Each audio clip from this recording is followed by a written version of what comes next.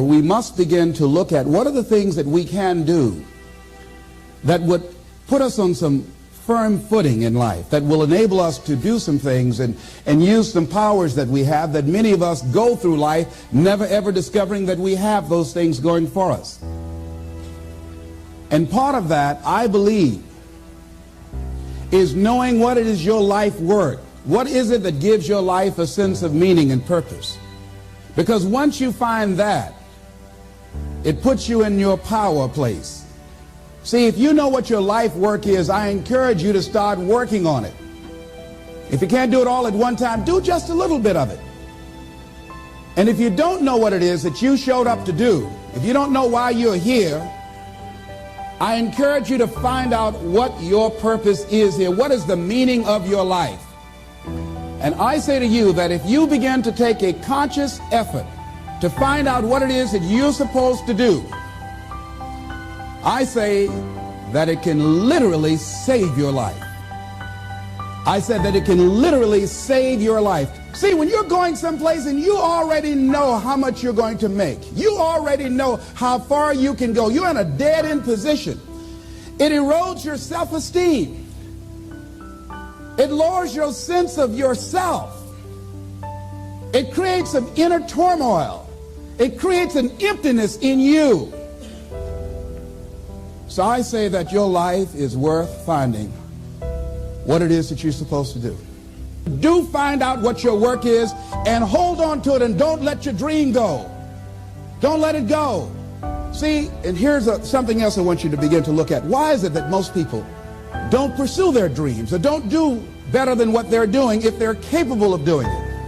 I think that many of us don't go the next step because we don't know what to do yet. And I say that the reason that we don't even explore the possibility of what to do is because subconsciously we don't believe that it can happen for us, and we don't believe that we deserve it. So here's what I'm suggesting. How much time do you spend working on you? How much time do you spend every day working on your dream? In the last 90 days, how many books have you read?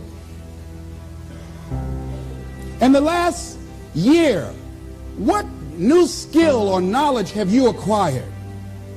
What kind of investment have you made in you? So I'm saying that as you begin to look at where you want to go, if you want to make it today, and things are changing so fast you have to literally run to stand still, I'm saying that you've got to make some conscious effort to begin to work to develop you. Here's something else. Most people are not living their dreams because of fear, ladies and gentlemen. Fear, limited vision, and lack of self-esteem is what keep most people doing things they don't want to do.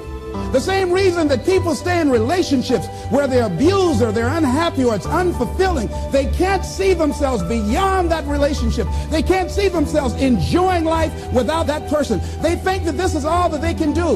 The same reason that people get stuck at a certain level in life, they can't see things being better for them. And they think that this is it and this is all they deserve. This is all they've ever seen. It's been passed on to them. And they think that this is it for them. Fear is the most subtle and destructive of all human diseases. Ladies and gentlemen, fear kills dreams. Fear kills hope. Fear puts people in the hospital. Fear can age you. Fear, ladies and gentlemen, can hold you back from doing something that you know within yourself that you're capable of doing, but it will paralyze you. And it seemed like you're in a hypnotic spell. And I ask you a question, what is the benefit? What's the benefit of allowing fear to hold you back? What's the benefit of giving up on yourself, of not stepping out on life and taking life on? What is the benefit for you? What's the plus in that? It's one of the things I had to ask myself. So I didn't want to make any mistakes. I wanted everybody to like me. I wanted to be perfect the first time I did something. It's not going to happen. You're going to make some mistakes. You're going to hurt some folks' feelings. You're going to create some enemies whenever you decide that you want to begin to take life on. You've got to ask yourself, How long am I going to allow this to hold me back? He said, fear is false evidence appearing real. That is an illusion that we create in our mind. It is a state of mind that can be changed.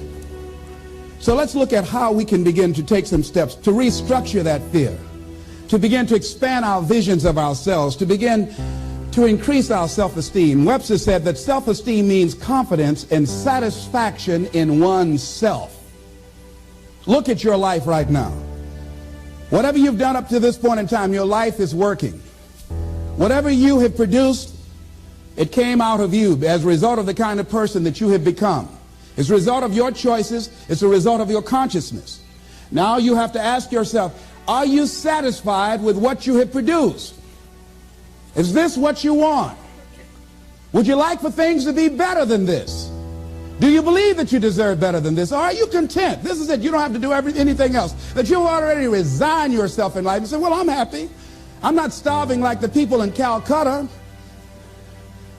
Are you allowing yourself to get off the hook like that? Or do you believe somewhere in the back of your mind or in your heart that there's some other great work for you to do? There's something else that life has for you. And that's why you're here. How do we handle this fear factor? How do we increase our self-esteem? You have to begin to fortify yourself. How do we do that?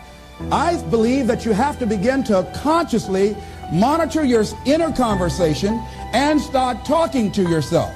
Start building yourself up. Sometimes the only good things you will hear about you are the things that you say to you.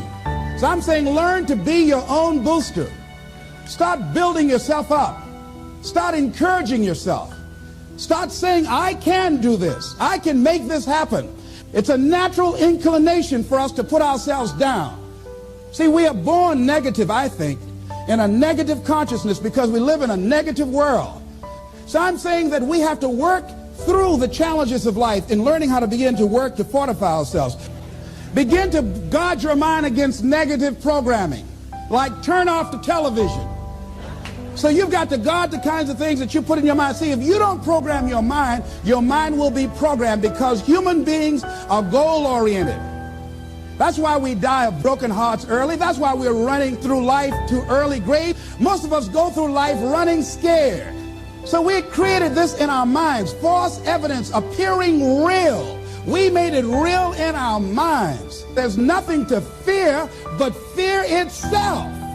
That's the destructive monster. So turn off things that can contribute to your fear.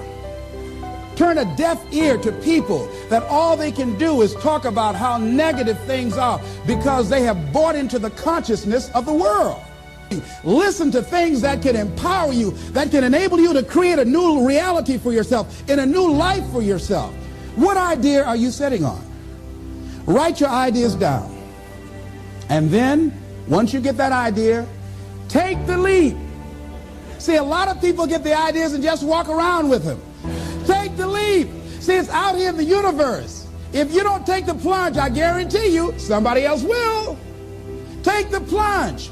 Go into action. And ladies and gentlemen, you will be surprised at how things will come together. You'll be surprised. Now, you're going to have some difficult challenges. I can tell you that now. Be aware of that. Things are not going to work out exactly right. For a time they will, sometimes. And that's when life is just playing a game with you. But ladies and gentlemen, go into action with your dream. And don't avoid where the fights are. Get in the midst of the fight. And get some hickeys on your head. Get knocked down so you can learn how to fight, so you can hold your position. See, most people don't get out in the arena of life because they don't want to fight. Most people don't get out there because they don't want to get knocked down. They don't want to be dropped to their knees. But see, you're going to be dropped whether you're on the field or whether or not you're sitting on the sidelines. You're going to be dropped. So at least get dropped for something. Don't get knocked down while you're sitting down. See, that's how most people are spectators in life. You don't want to be a spectator. You want to get out in the field where the action is. And you will be amazed. After the struggle, there will be a calm period and things will begin to click for you. Come out here with what you got. You don't have enough money? Don't worry about it. You got the dream. You got the idea. You don't have enough resources? Don't worry about it. You need some help? Don't worry about it. You get out here in the arena, someone will look at you and become inspired and say, hey, can I help you? But if you're sitting up on the bleachers, nobody's going to ask you anything.